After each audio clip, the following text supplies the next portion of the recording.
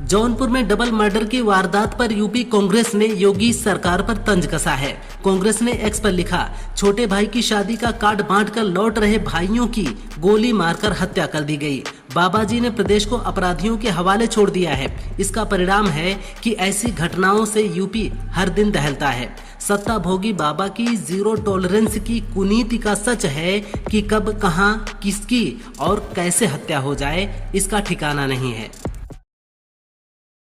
गोंडा में अवैध nursing home में 2 शिशुओं की मौत पर विवादित बयान देने वाली सीएमओ डॉक्टर रश्मि वर्मा ने सफाई दी है। रश्मि ने कहा कि हमारा इरादा किसी की भावनाओं को आहत करने का नहीं था। इस मामले की जांच जारी है, किसी को बख्शा नहीं जाएगा। मेरी भावनाएं पीड़ित परिवार के साथ हैं। बता दें कि डॉक्टर रश्मि ने कहा था कि एक बच्चा मर गया तो क्या हुआ, हजारों जिंदा हैं, लड्डू खाने जाइए। यूनेस्को की विश्व धरोहर अस्थायी सूची में भारत की 7 नई प्राकृतिक धरोहरों को शामिल किया गया है, जिनमें महाराष्ट्र के पंचगनी और महाबलेश्वर के डेक्कन ट्रैप्स तथा आंध्र प्रदेश की तिरुमला पहाड़ियां प्रमुख हैं। इनमें शामिल होने से भारत की कुल धरोहरों की संख्या 69 हो गई है, जिसमें 49 सांस्कृतिक, 3 मिश्रित और 17 प्राकृतिक धरोहरें शामिल हैं।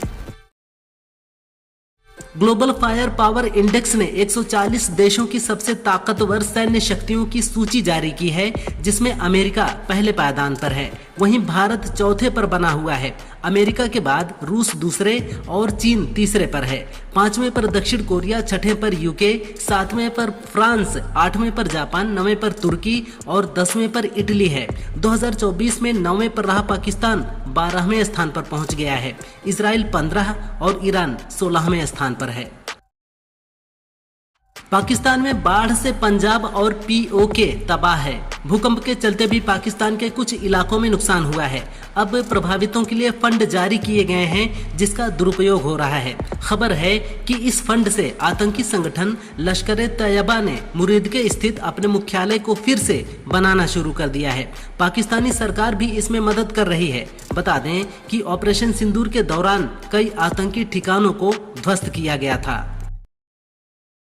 हाल ही में हुए नेपाल में बवाल के बाद अब लंदन से एक खतरनाक तस्वीर सामने आई है। शनिवार को यहां ब्रिटेन के हाल के इतिहास का सबसे बड़ा प्रदर्शन हुआ। इसमें करीब 1 लाख लोग सड़क पर उतर आए थे। इन सभी प्रदर्शनकारियों ने इमिग्रेशन विरोधी कार्यकर्ता टॉमी रॉबिन्सन के बैनर तले मार्च निकाला। इस दौरान पुलिस से झड़प भी हुई, जिसमें कई लोग घायल हुए हैं। कई लोगों को गिरफ्तार भी किया गया है।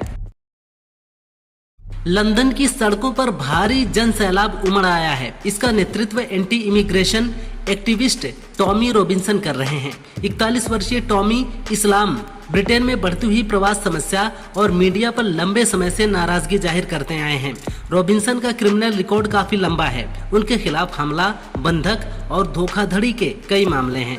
2024 में उन्हें हाईकोर्ट के एक आदेश की अवहेलना करने पर 18 महीने की सजा मिली थी। केरल के 16 वर्षीय राउल जॉन अजू ने एआई की दुनिया में तहलका मचा दिया है।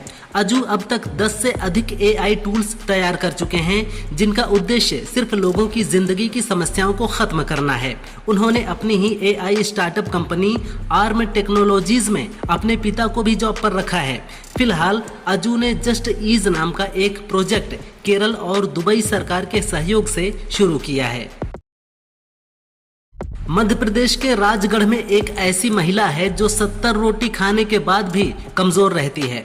परिजन भी अब परेशान हैं। परिजनों का कहना है कि मंजू सोंधिया 3 साल पहले बीमारी की चपेट में आई। इससे पहले टाइफाइड हुआ था तो इलाज कराया गया, लेकिन तब से उसे खाने की आदत लग गई है। राजस्थान, कोटा, झालावाड़, इंदौर, भोपाल और राजगढ़ तक इलाज कराया, लेकिन कोई फायदा नहीं। अब मंजू की बीमारी डॉक्टरों के लिए चुनौती बन चुकी है। चीन के वैज्ञानिकों ने एक ऐसा बायो मटेरियल विकसित किया है जो हड्डी टूटने के इलाज में क्रांतिकारी बदलाव ला सकता है। इस तकनीक को बोन ग्लू नाम दिया गया है। खास बात यह है कि ये टूटी हुई हड्डियों को महज 2-3 मिनट में जोड़ देता है। इसे बनाने वाले डॉक्टर लिन जियानफेंग ने कहा, बायोडिग्रेडेबल होने के कारण 6 महीने में ये शरीर के अंदर खुद ब खुद घुल जाता है। इससे ज्वाइंट हुई हड्डी करीब 200 किलोग्राम तक वजन सह सकती है।